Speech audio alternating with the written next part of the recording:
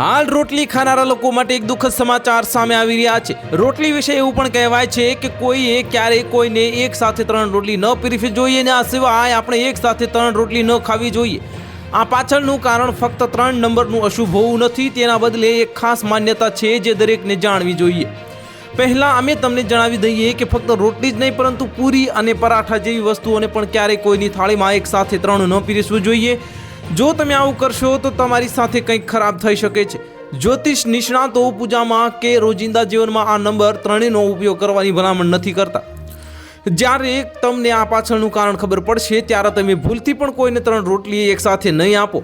તમે જાણીને નવાઈ લાગશે કે 3 રોટલી પીરસવાનો મૃત લોકો સાથે સીધો સંબંધ છે। હકીકતમાં જ્યારે પણ કોઈ મૃત વ્યક્તિના નામે ભોજનની થાળી મૂકવામાં આવે છે ત્યારે તેમાં 3 રોટલી રાખવામાં આવે છે, અને એટલા માટે જ્યારે આપણને કોઈ જીવિત વ્યક્તિને રોટલી પીરસીએ છીએ ત્યારે આપણે એક સાથે 3 રોટલી આપવાનું અવગણીએ છીએ। 3 સિવાય તમે ગમે તેટલી રોટલી આપી શકો છો। જો તમે કોઈને એક સાથે 3 રોટલી પીરસો છો તો તેની સાથે કંઈક ખરાબ થઈ શકે છે। એટલું જ નહીં, ત્યારે તમારે એક સાથે 3 રોટલી ખાવાનું પણ ટાળવું જોઈએ। સ્વસ્થ શરીર માટે તમારે ફક્ત 2 રોટલી, 1 વાટકી દાળ, 50 ગ્રામ ભાત, સલાડ અને 1 વાટકી શાકભાજીની જરૂર છે।